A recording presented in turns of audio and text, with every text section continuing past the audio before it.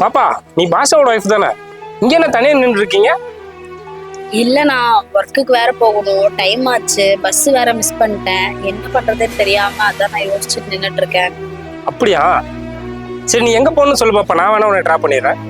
அதுவா, நான் புது பஸ் ஸ்டாண்ட் வரைக்கும் போகணும்னா உங்களுக்கு எதுக்கு நான் சிரமம்? நீங்க போங்க, நான் ஆட்டோ ஏதாச்சும் கூப்பிட்டு போய்க்கிறேன். பாப்பா, நானும் புது பஸ் ஸ்டாண்ட் வழியே தான் போறேன். எனக்கு அங்கதான் ஒர்க்கு.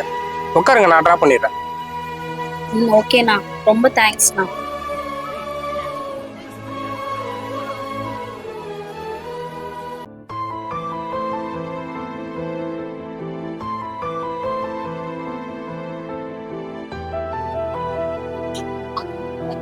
அண்ணா,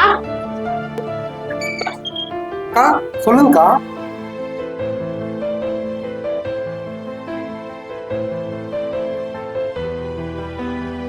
அவங்க யாரும் உங்களுக்கு தெரிஞ்சவங்களாண்ணா?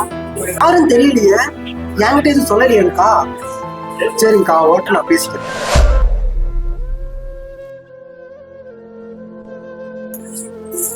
ஏய் பில்லுடி, என் கூட இப்ப ஊர் சுத்திட்டு வந்த?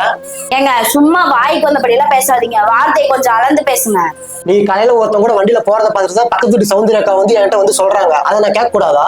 ஓ, அதை கேக்குறீங்களாங்க? காலையில பஸ் மிஸ் பண்ணிட்டு பஸ் ஸ்டாப்ல நின்னுட்டு இருந்தேங்க. உங்க ஃப்ரெண்டு வெங்கட் தாங்க வந்து என்னை கூப்பிட்டு போனாரு. நம்பிக்கை இல்லைன்னா அவர்கிட்ட கூட கேட்டு பாருங்க. நான் வரலன்னு தான் சொன்னேன், அவர் தான் என்னை ஃபோர்ஸ் பண்ணி கூப்பிட்டு போனாரு. ஓ, நீ வெங்கட்டு கூட தான் போனியா? சௌந்தர்யா அக்கா வந்து சொன்னதை வச்சு பார்த்துட்டு நீ வேற யாரு கூடயோ போயிருப்பேன்னு சொல்லிட்டு நான் தப்பா நினைச்சிட்டேன்டி. இப்ப சௌந்தர்யாக்கா சொல்றாங்கிறதுக்காக நீங்க வந்து என்கிட்ட கேக்குறீங்க. இன்னொருத்த எவனா சொல்லுவான்னு உங்களே வந்து கேட்போம். அப்ப நமக்குள்ள இருக்க அண்டர்ஸ்டாண்டிங் என்னங்க? நீங்களும் சௌந்தர்யாக்கா மட்டும் இல்லைங்க, இந்த வீட்டை விட்டு வெளியே போய் வேலைக்கு போற எல்லா பொண்ணுங்களும் தப்பானவங்க எல்லாம் ஒண்ணும் கிடையாது. அண்ணன் தங்கச்சியா பழங்கினா கூடயும் தப்பா பேசுற உலகத்துல தாங்க நம்ம வாழ்ந்துட்டு இருக்கோம். இங்க யாரையும் யாருனாலையும் மாத்த முடியாதுங்க. அவங்க அவங்களாவே மாறிக்கிட்டாதான் உண்டு. நீங்க மாறுங்க, நீங்களும் மாற முயற்சி பண்ணுங்க.